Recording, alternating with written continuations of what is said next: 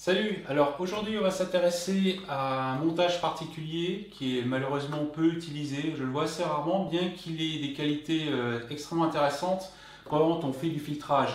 D'ailleurs on l'utilisera dans l'épisode final sur la transformée de Linkwitz et une application de ce montage. Ce montage c'est la notion de filtre à variable d'état. Alors c'est une topologie ou c'est un lot de topologies particulières qui ont certaines propriétés. Ce sont des filtres universels, c'est-à-dire qu'ils sont capables de modéliser n'importe quelle fonction de transfert, ce qui est déjà quelque chose d'intéressant, ce qui n'est pas toujours le cas. On peut le faire d'un ordre quelconque, on peut en faire en type quelconque, passe haut, passe bas, coupe bande, tout ce qu'on veut, et même il a un côté universel supplémentaire qui fait que dans un même montage, on a accès à plusieurs types en même temps, et ça, c'est quelque chose qui est plutôt unique dans le genre. L'intérêt de ces filtres, c'est que la topologie suive disons, la formulation de la fonction de transfert. Avec quelques manipulations, on va dire, arithmétiques de la fonction de transfert, on en déduit la topologie par analogie entre les deux. On fera des exemples dessus. Je vais montrer deux exemples justement de topologie qui sont extraites de la formulation elle-même du filtre. Ces filtres utilisent en pratique des cellules à base d'ampli-op généralement, des cellules de base. Alors, il peut être constitué soit d'intégrateurs ou de dérivateurs. En général, on utilise des intégrateurs, mais rien n'empêche d'utiliser des dérivateurs en théorie. Il y a des raisons pour lesquelles on n'utilise pas de dérivateurs dans ce style de filtre, mais théoriquement, on peut tout à fait utiliser des dérivateurs à la place d'intégrateurs. Et on utilise essentiellement, pour boucler le tout, des additionneurs soustracteurs pondérés, c'est-à-dire un ampli-op avec des tas de résistances d'entrée qui fixent certains gains, positifs et négatifs, qui permettent d'additionner et soustraire tout un lot d'entrées pour obtenir une formule donnée. On verra quelques exemples d'applications pratiques de ça. Alors, le gros intérêt de ce style de filtre, le fait d'être universel, mais surtout, il est fait de telle sorte que tous les paramètres du filtre sont totalement indépendants les uns des autres. Et c'est là qu'on peut voir l'intérêt lorsqu'on fait la transformée de Linkwitz, par exemple, où la modélisation de Linkwitz, qui est avec un seul ampli-op ultra compact, monolithique, donne tous les paramètres qui sont interdépendants les uns les autres. Donc on ne peut pas régler le coefficient de qualité d'un côté sans toucher aux composants qui touchent à tous les autres paramètres. L'avantage des filtres à variable d'état, c'est que chaque paramètre peut être mis d'une manière totalement indépendante. Et ça permet par exemple de créer un boîtier de transformée de Linkwitz avec tous les coefficients indépendants qui peuvent être réglés avec des potentiomètres. Et ça, c'est une application, qu'on va dire, poussée du filtre à variable d'état. Mais ça, ce sera l'objet d'un autre épisode sur l'application spécifique à la transformée de Linkwitz. Cet épisode-là, il est dédié à l'étude plus, on va dire, théorique de ce montage. C'est un montage qui est assez logique, assez simple, bien que, on va le voir, ça fait plein de diagrammes, il y a plein de formules et tout comme ça, mais intellectuellement parlant, c'est relativement ça. Donc, on va s'intéresser à un exemple de degré 2. Sachant qu'on verra tout de suite que l'on peut l'extrapoler au degré qu'on veut, simplement il suffit de rajouter des cellules les unes derrière les autres, d'une manière vraiment systématique. Donc on va s'intéresser à une version du deuxième ordre avec tous les paramètres disponibles. Cette fonction de transfert universelle, on va la prendre, tension de sortie, sortie sur entrée.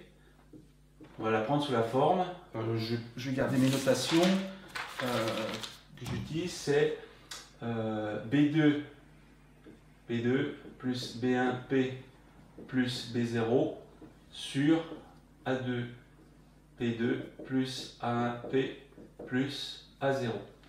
Fonction de transfert du deuxième ordre universelle avec tous les paramètres. C'est la version la plus générale. Tension de sortie sur la tension d'entrée, donc voilà, avec ces constantes et la variable P que j'utilise ici sous la forme habituelle, on va dire au sens Fourier du terme, J oméga, mais bon, c'est l'écriture traditionnelle du truc. Alors, on va déjà essayer de deviner une première topologie et on verra par une autre manipulation, on peut en déduire une autre qui a, on va dire, quelques intérêts pratiques supplémentaires. Alors, cette formule-là, on peut la remettre droite sous la forme S A2P2 plus A1P plus A0 égale U B2P2 plus B1P plus B0. Ok.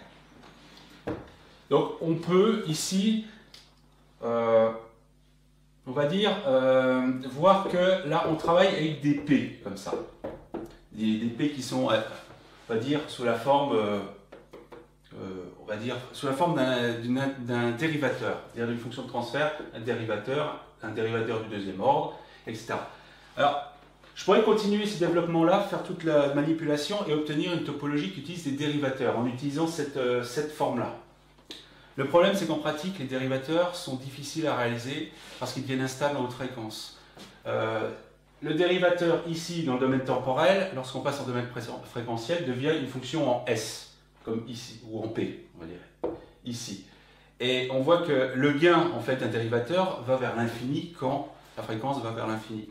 Et en fait, ce qui va se passer, c'est que les dérivateurs vont devenir instables en haute fréquence. Ils risquent d'osciller très facilement.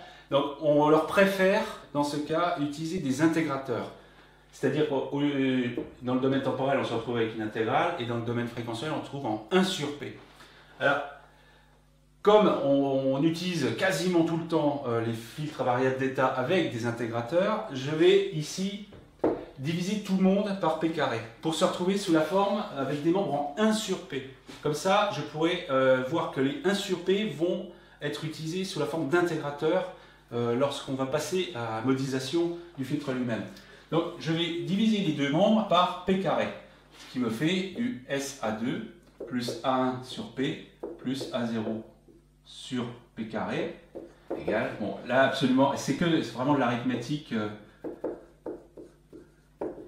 vraiment scolaire, il n'y a absolument aucune arithmétique compliquée là-dedans.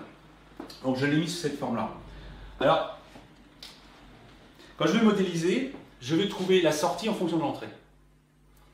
La sortie sous la forme sortie à une constante près. Donc je vais prendre cette formule-là et je vais garder le S avec une constante ici. Les S avec des P au dénominateur, eux, je les mets de l'autre côté. Parce que je ne peux pas sortir le S directement à cause du P qu'il y a dedans. Donc je vais juste garder le S égal. Il y a un A2 devant, donc ça va devenir 1 sur A2, et tout le reste. Donc ça va être du U B2 plus B1P plus B0 sur P2 moins SA1 sur P moins SA0 sur P2. Voilà. Bon, ça a l'air un peu artificiel, mais cette formule-là nous permet de modéliser complètement le filtre à partir de blocs. Ces blocs, ça va être quoi? Ces blocs, ça va être des constantes, A2, B2, B1, etc. Ça, c'est juste un bloc de gain. Une multiplication des valeurs. Il faut bien voir que S et U, ce sont des tensions d'entrée et de sortie. Il faut prendre ça comme des volts. Donc A2, ce sont que A2, B2, B1, ce sont que des constantes de gain. Ok? Et ici, on voit qu'on a du 1 sur P, 1 sur P2. C'est-à-dire que là-dedans, on se retrouve avec des intégrateurs qui sont mis en tant que blocs. Et donc, ce qu'on va faire, c'est qu'on va prendre cette formule-là et je vais la réécrire en haut et on va essayer de la modéliser avec des blocs. Et c'est là qu'on va tomber sur les topologies de filtres. Donc, je vais réécrire en haut cette formule, parce que c'est elle qui va nous servir à modéliser le truc. Donc, je vais réécrire 1 sur A2, ça va être du U, B2. Je vais garder les membres séparés. Je vais garder les membres constants, U, B2. Il n'y en a qu'un qui n'est pas en P.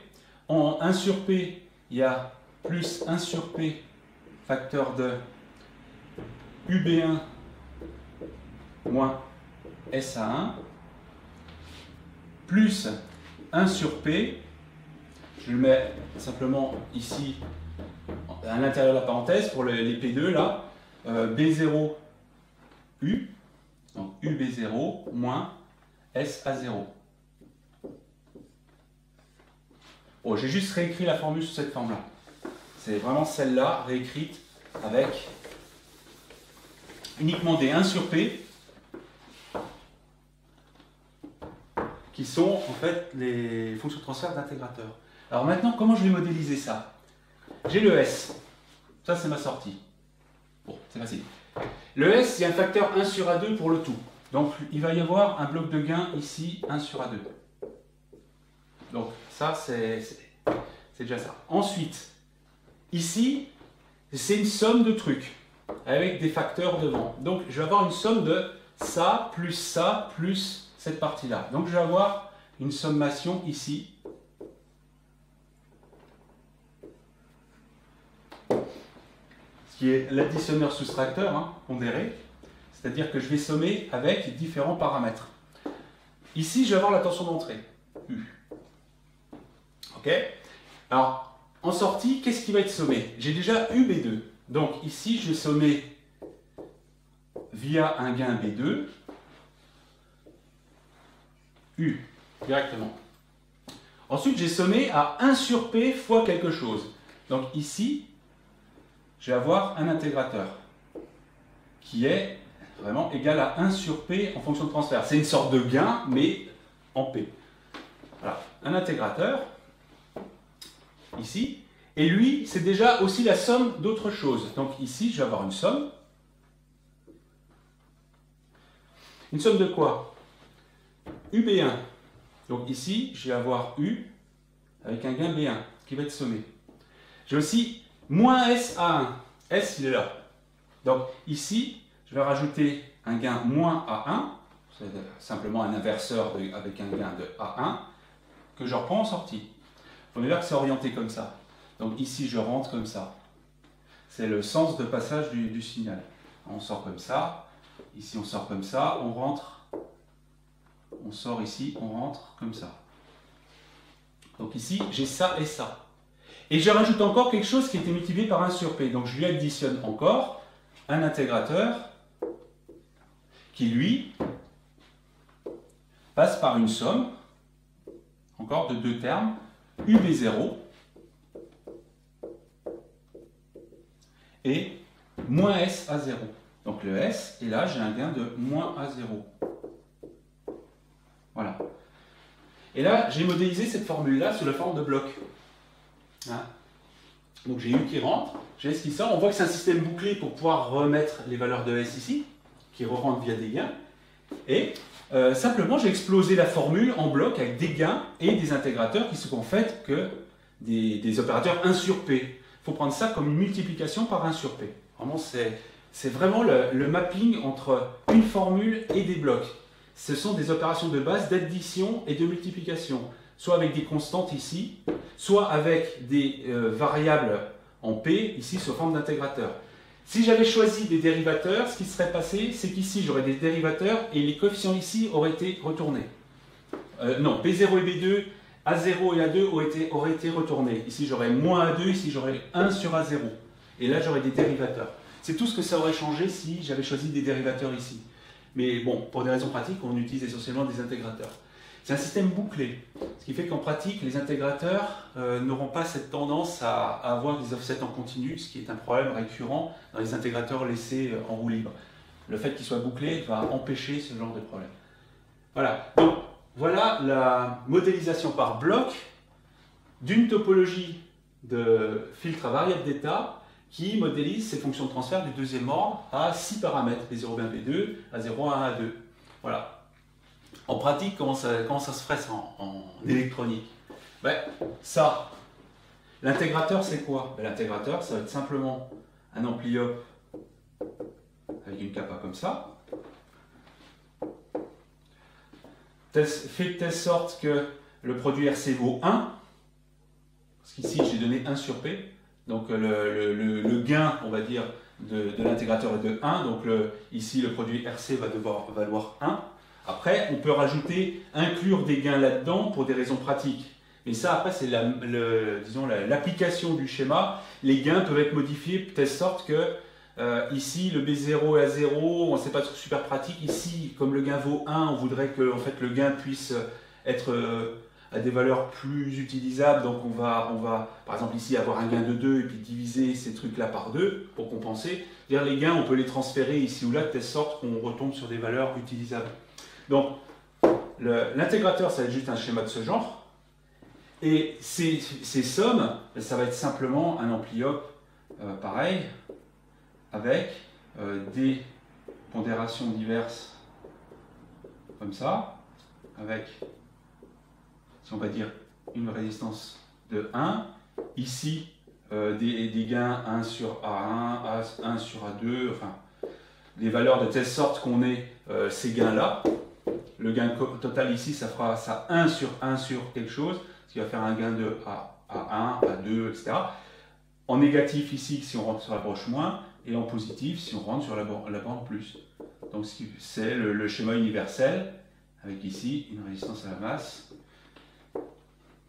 ici de 1 sur quelque chose. Bon, il faut regarder les formules de calcul des gains pondérés de ce genre de montage, mais disons ça c'est un sommateur, additionneur, soustracteur universel pondéré avec des résistances qui donnent les gains de chaque valeur ici. C'est-à-dire que les B et les A vont être inclus dans le gain de ces trucs-là directement. C'est-à-dire qu'on pourrait mettre que des valeurs de 1 partout et avoir des ampliopes de gains indépendants. On pourrait faire ça comme ça. Mais ça, le sommateur peut fusionner ces gains-là au sein même du schéma, ce qui fait une cellule universelle de base.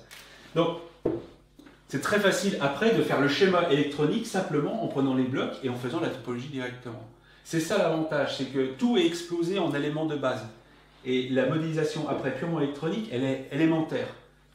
Après, pour des raisons pratiques, bon, comme j'ai dit tout à l'heure, on peut après arranger les constantes de telle sorte que ce soit pratique.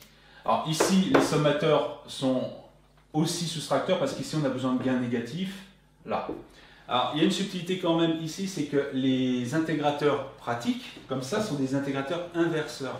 Donc ici, on va se retrouver avec des moins 1 sur P, ici. Donc ici, si on veut compenser, on est obligé d'inverser les signes,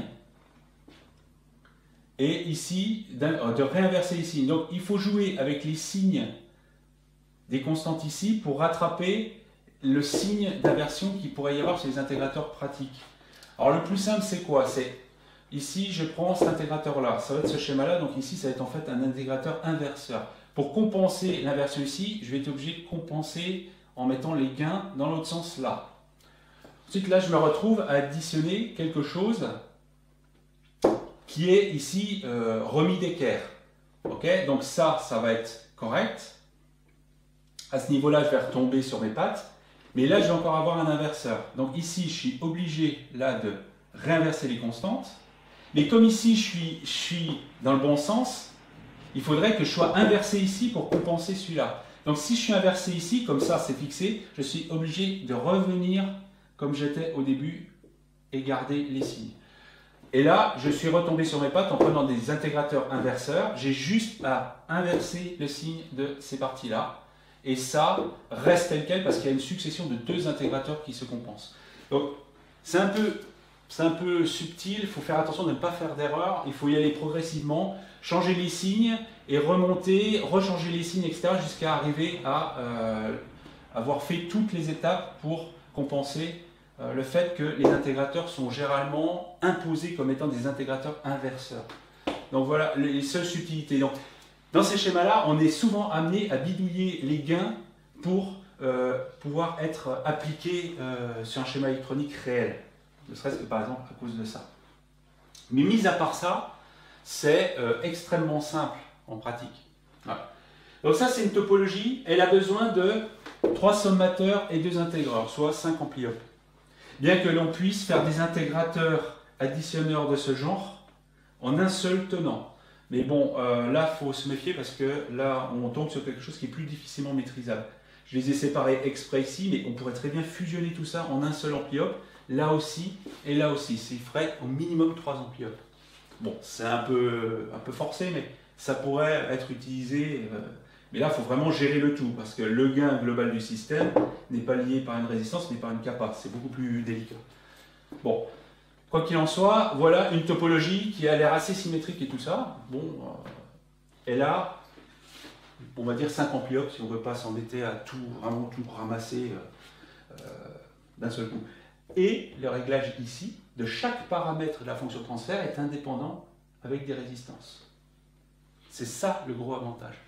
Et on peut foutre des potentiomètres ici ou là, ce qui permet de régler chaque truc exactement comme on veut. Alors ça, c'est une version universelle. En pratique, les filtrages, selon la notation que j'ai utilisée, il y a des coefficients qui valent 1 par définition. Les B0 et A0 valent 1, souvent dans les fonctions de transfert habituelles. Si on veut des fonctions de passe bas ou passe haut, bon ben, on supprime certains coefficients. Si on veut du passe bas, on garde le A0 et on supprime le A. On garde le B0 et on supprime le B1 et le B2. Parce qu'on se retrouve en 1 sur quelque chose. Alors, ça c'est une des topologies, mais ce n'est pas celle-là qui est utilisée en général, parce qu'on peut trouver une topologie qui utilise un ampli-op de moins. Alors, on va essayer d'en trouver une autre, toujours en repartant de la formule d'origine, mais en la modifiant un peu, en faisant une autre manipulation arithmétique dessus. Là, qu'est-ce que j'ai fait jusque-là, c'est que je l'ai remise à plat.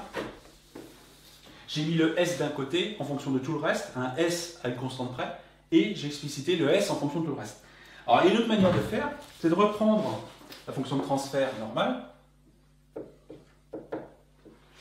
Je reprends toujours mes notations.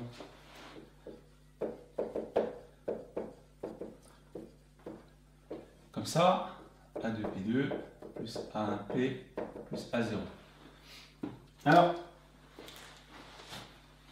on pourrait, pour obtenir ça, on pourrait dire que S, ici c'est le numérateur et le dénominateur. On peut dire que S, c'est le numérateur, c'est B2P2 plus B1P plus B0. Et on pourrait dire que U, c'est égal à A2P2 plus A1P plus A0. On fait une égalité de chaque côté.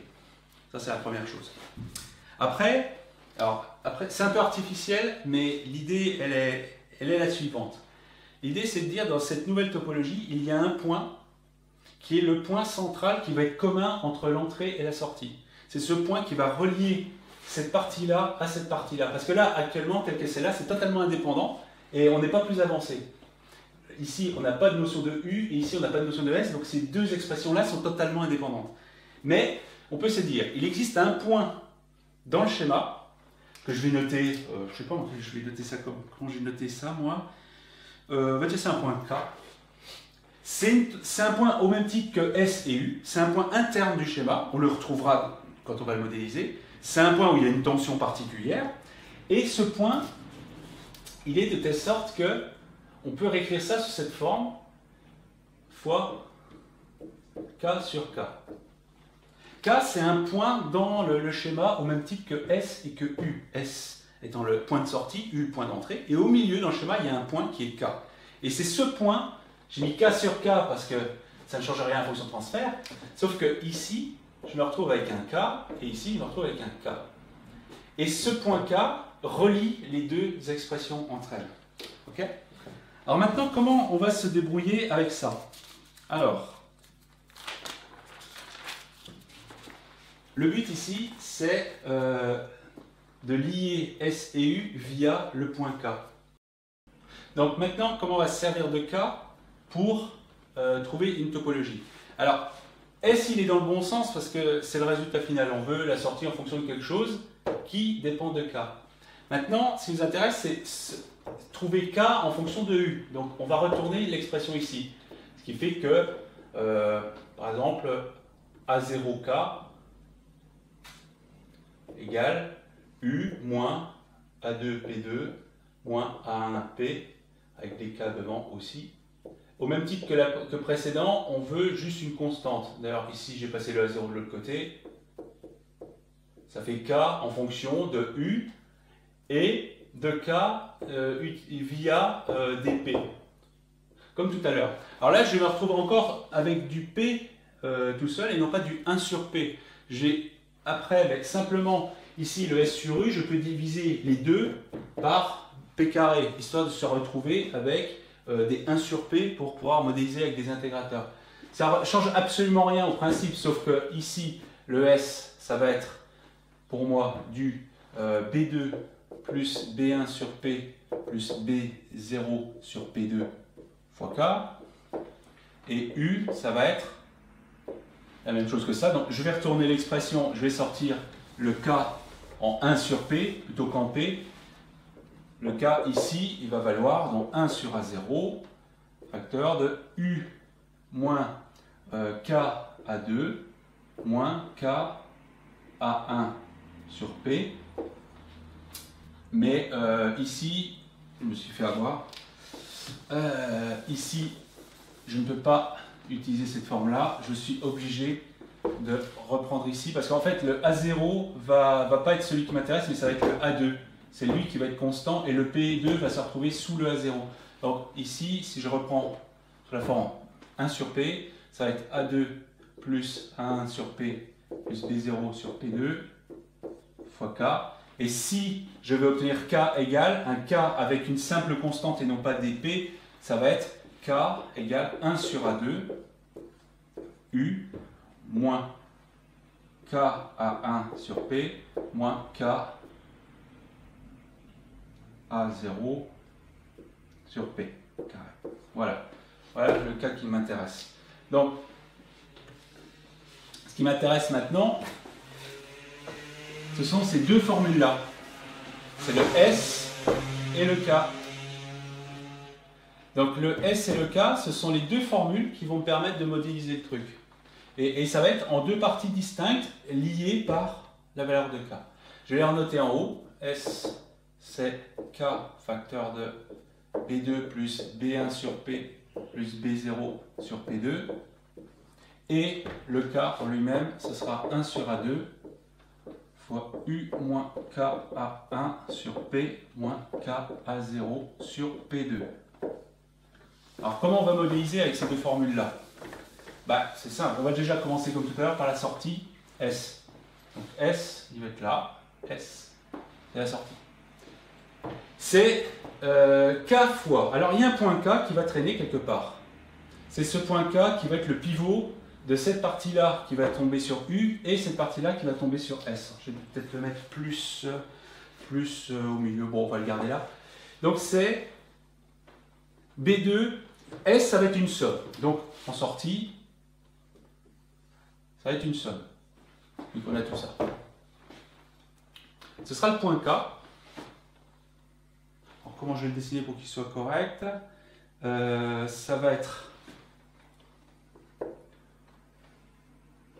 un gain en B2 qui va être dessus. Ensuite, il va passer par un intégrateur avec un gain en B1 qui m'intéresse ici. Et ici, j'ai repassé par un autre intégrateur qui va se chaîner au précédent, qui me fait le 1 sur P2 fois un gain en B0. Voilà. Donc, à partir de ce point K-là, j'ai cette formule-là. OK?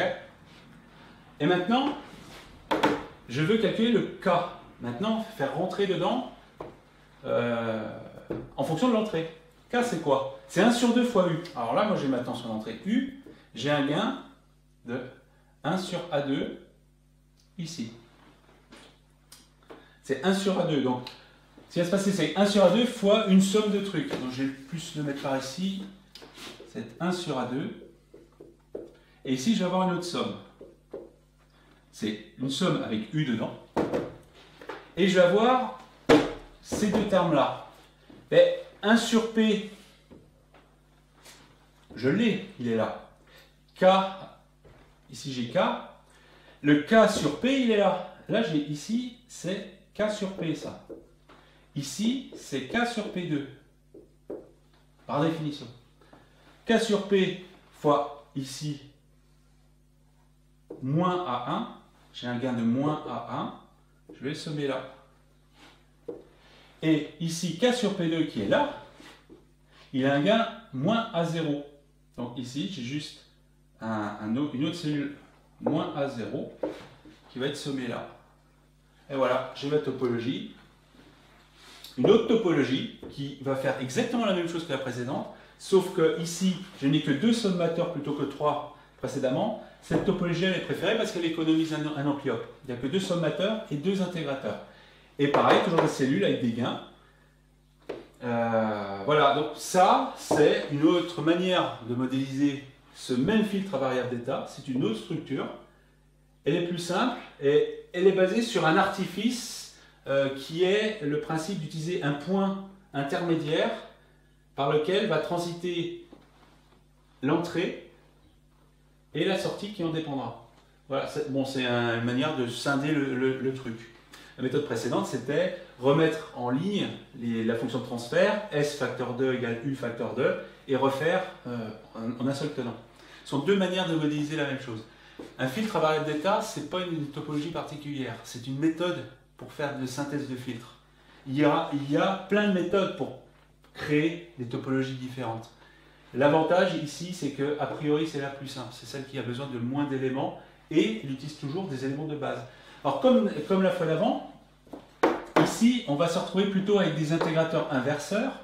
Donc ici il va falloir compenser ce qui rentre ici en mettant du moins B2. Non, ici ça va être un inverseur, donc ici il va falloir compenser en mettant moins B1. Ici il va falloir compenser rien du tout parce que les deux vont se compenser. Par contre ici il va falloir passer en A1 si on utilise des intégrateurs inverseurs. Donc il y a, comme la fois d'avant, une méfiance à avoir sur les coefficients et les signes des coefficients en fonction de la vraie application pratique avec des blocs standards à base d'ampli-op. Mais disons, la logique est exactement la même. Hein. Donc c'est pas plus compliqué, celle-là est préférable. Et c'est celle-là qu'on utilisera éventuellement en application pour la transformée Linkwitz. Alors, j'ai dit qu'ils étaient universels en ordre et en type. Bon, à première vue ici, ben, c'est le cas le plus général avec tous les 6 coefficients de la fonction de transfert de deuxième ordre. Si je voulais passer en ordre 3, j'aurais exactement ici de structure, j'aurais un troisième intégrateur et des coefficients, deux coefficients supplémentaires qui viendraient se faire. En fait, j'aurais une structure en cascade qui se ressemble beaucoup, qui serait une structure avec entrée qui rentre comme ça en sortie, d'autant de fois que l'ordre est élevé. On peut l'étendre à l'infini, ça ne pose pas de problème. Et là encore, les coefficients sont tous indépendants les uns des autres. Sauf qu'il y en a un qui est en 1 sur plutôt que les autres. Voilà. Donc voilà. Alors quand j'ai dit qu'il est universel,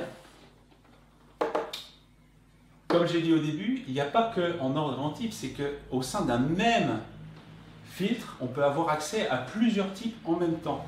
Alors on va regarder sur cette structure-là, qu'est-ce que j'ai ici on va prendre ces 3 points-là. Qu'est-ce qui arrive, qu'est-ce qu'il y a comme fonction de transfert en ces points-là? Si on fait le calcul, on peut les calculer. On peut calculer la fonction de transfert en U et S en ces points ici. Si je fais le calcul en A, je n'ai pas beaucoup de place, alors ça va pas être super simple. Mais si je calcule en A, ça va être quoi? Si on calcule A sur U, en fait, on va tomber sur cette formule-là. Je donne le calcul directement, je n'ai pas déplié le truc. Je veux dire, en A, on va se retrouver avec ça.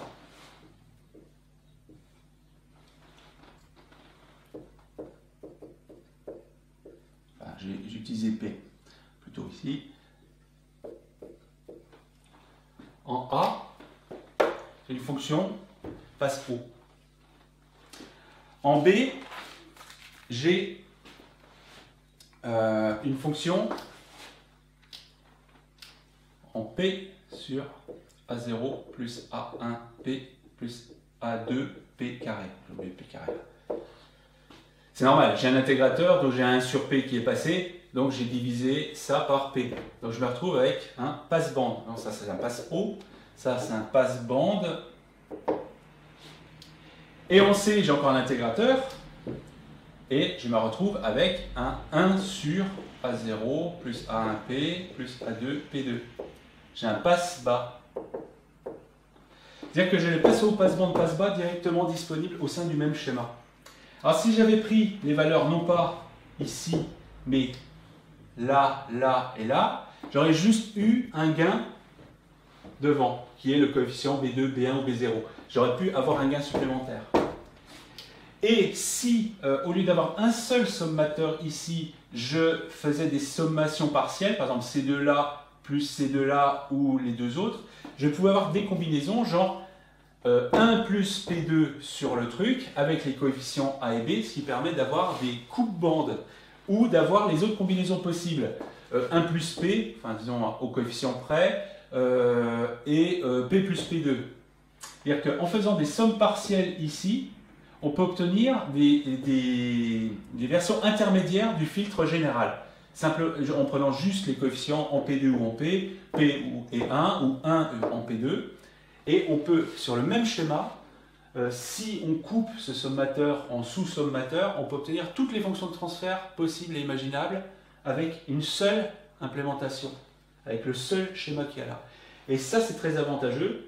Ça permet par exemple d'avoir, avec un seul montage, le passe bas et le passe haut avec 0 composant en plus. Il suffit d'aller ici, ou éventuellement d'aller le chercher ici et là avec des gains supplémentaires.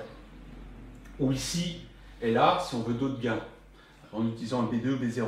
On a ces coefficients-là qu'on peut utiliser en facteur d'échelle en plus devant. Donc, le même circuit gravé sur le cuivre permet d'obtenir toutes les combinaisons possibles au sein même du circuit. Et c'est en ça qu'il est vraiment universel. Et c'est un des rares schémas qui permet de faire ce genre de manipulation. Donc, en fait, il a l'air vachement compliqué et fait de plein d'éléments, mais par le fait que tout soit disponible en un seul schéma, en fait, ça rend le truc plus économique qu'on ne le pense. Donc, si je veux, moi, faire une fonction de transfert style Intuit-Riley, passe haut et passe bas, centré sur la même fréquence de coupure, ben, j'ai juste à prendre ça ici, ça et là, et j'ai un seul circuit avec les deux filtres qui me conviennent.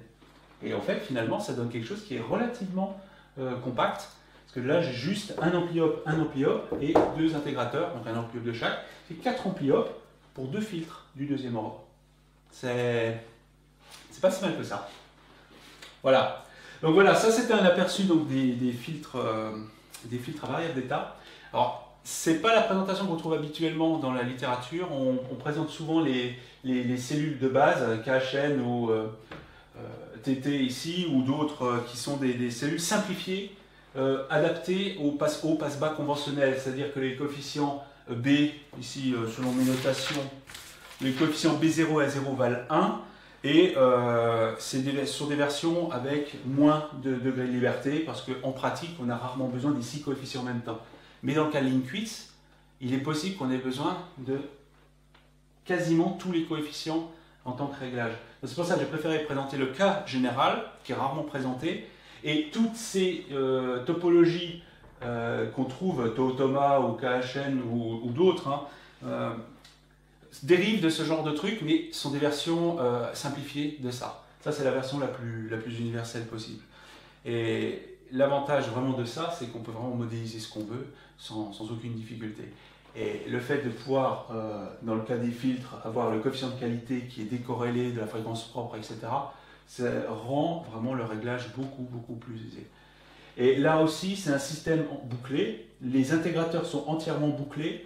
Ça rend le système stable. C'est aussi une des rares situations où des intégrateurs intégrés dans un système n'ont pas tendance à partir en saturation dans un sens ou dans l'autre à cause d'une tension d'offset qui est en entrée. C'est le danger des dérivateurs et intégrateurs, c'est que ce sont des systèmes instables dans la nature. Il est très difficile de faire des intégrateurs qui ne dérivent pas tout seuls. Et là, comme ce sont des systèmes bouclés, ils n'ont pas ce problème parce qu'ils sont muselés par le système. Les ampli-op vont tendre à avoir des entrées qui vont se rapprocher de telle sorte que la sortie ne va pas dériver dans tous les sens. C'est un montage stable de base. Et ça permet de pouvoir utiliser des intégrateurs sans prendre vraiment de précautions particulières. Ce qui est très rare. Les intégrateurs et les dérivateurs, tout seuls utilisés comme ça, en fait, on ne les utilise pas tels quels. On est obligé d'utiliser des versions un peu bridées avec des résistances ici ou là pour éviter que ça parte en saturation, soit en HF, soit en basse fréquence. Une des raisons pour lesquelles on n'utilise pas non plus le dérivateur, c'est que le problème du dérivateur, c'est que le gain augmente avec la fréquence, donc la distorsion harmonique sera terrible, parce qu'il va amplifier les harmoniques plutôt que le fondamental. Et c'est aussi donc une question de bruit. Il va amplifier le bruit avec la fréquence, et c'est quelque chose qui finalement, surtout en Wi-Fi, est rédhibitoire. Donc on n'utilise pas non plus les dérivateurs parce qu'ils ont des défauts intrinsèques qui vraiment vont rendre le système vraiment très peu fidèle. Donc là, la distorsion, évidemment, la distorsion harmonique, va être multipliée, d'autant plus que l'harmonique sera élevée, ce qui est vraiment le comble. Donc c'est pour ça qu'on n'utilise pas de dérivateur et que je passe directement en 1 sur P pour pouvoir utiliser que des intégrateurs. Mais théoriquement, intellectuellement parlant, on peut tout à fait utiliser des dérivateurs. Si j'avais utilisé des dérivateurs ici j'aurais des dérivateurs là, qu'est-ce qui serait passé? En fait, ici B0 et B2 seraient inversés, A0 et A2 seraient inversés, on aurait du 1 sur A0 et du moins A2 ici, et on aurait des dérivateurs là. C'est tout ce que ça changerait. Hein, voilà. Et ça inverserait ici les kappas et les résistances des amplis là. Sachant que, en pratique, on va avoir des inverseurs là, donc il faut retoucher les coefficients ici pour compenser le fait que ce sera inversé. Voilà. Alors, dans le dernier épisode de la transformée de Linkwitz, j'appliquerai ça à la transformée de Linkwitz. Je proposerai un schéma qui utilise ce système-là pour faire un module de transformée de Linkwitz avec tous les paramètres qui sont indépendants et libres. Et à côté de ça, on regardera une autre topologie, c'est la topologie de Sokol, qui est une autre manière de faire la transformée de Linkwitz. Mais pour moi, c'est celle-là la plus complète, la plus simple, parce que tous les paramètres sont libres, et la plus générique. Et c'est probablement l'application la plus, on va dire, la plus faisable pour vraiment exploser tous les paramètres de la transformée de Linkwitz, qui a vraiment à son origine le problème de l'indépendance entre tous les paramètres, qui la rend trop liée à un système, et ça la rend impossible à, par exemple, de fournir une boîte avec des réglages pour n'importe quel système audio pour toute personne qui voudrait adapter son truc. Donc voilà, c'était les filtres à variable d'état, vue plus générale que d'habitude.